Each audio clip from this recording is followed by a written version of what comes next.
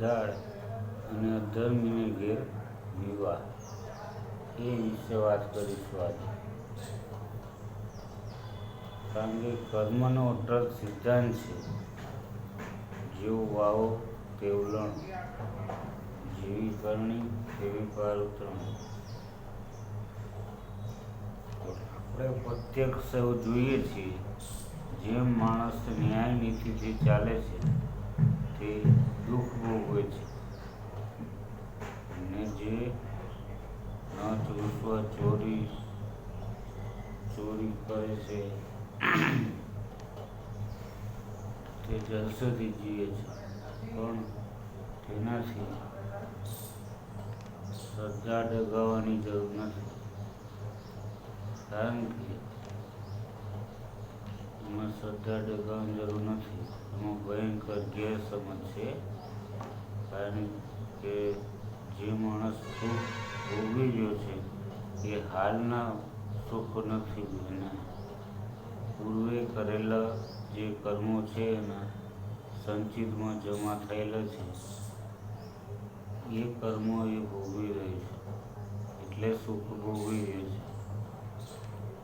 જે ન્યાય નીતિથી ધર્મથી ચાલે છે તે હાલમાં કરેલા પૂર્વે કરેલા દુઃખ જે કરેલા હોય પૂર્વે કરેલા પ્રારબ્ધમાં, તે એના માટે દુઃખ ભોગવે છે.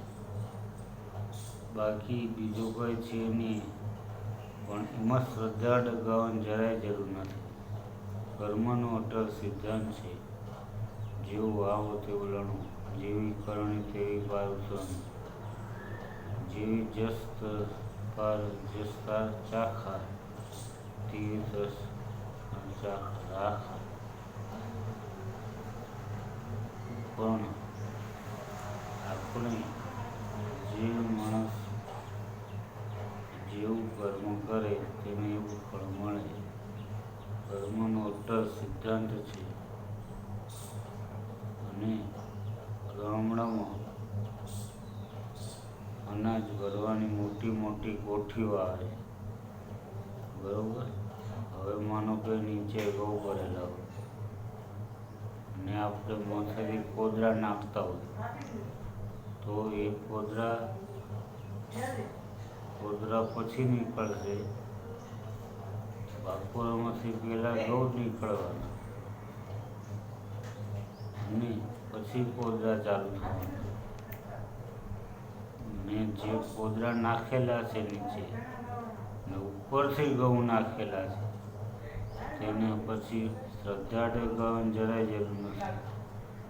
તે તરત જ એ કોદરા પૂરા થાય એટલે તરત જ એમને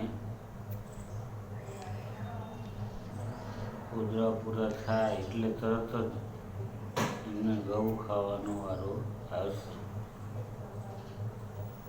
એટલે માણસે શ્રદ્ધા ડગાવી નાખવી એવું નહીં કરવાનું. ધીરજ જાળવી રાખવી, ભગવાન ઉપર શ્રદ્ધા રાખવી. ઈશ્વરમાંથી શ્રદ્ધા રાખશો ને તો દુઃખ થોડું હળવું થઈ જશે. ને જાપ હંમેશા કરતા રહો, જે ભગવાનને માનતા હોય ભગવાન. તેવી જ રીતના માનો કે બેંકનો મેનેજર મારો સગો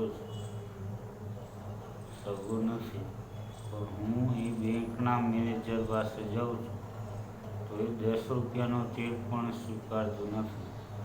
અને માનો કે તમારો બેંકનો નિકટ સગો બેંકનો છે, પણ તે તમારો લાખો રૂપિયાનો ચેક સ્વીકારી લેશે. આથી સ્વીકારી લેશે.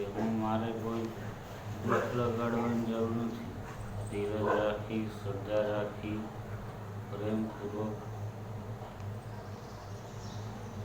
શ્રદ્ધા રાખવાની જરૂર છે, બરોબર. જય શ્રી રામ.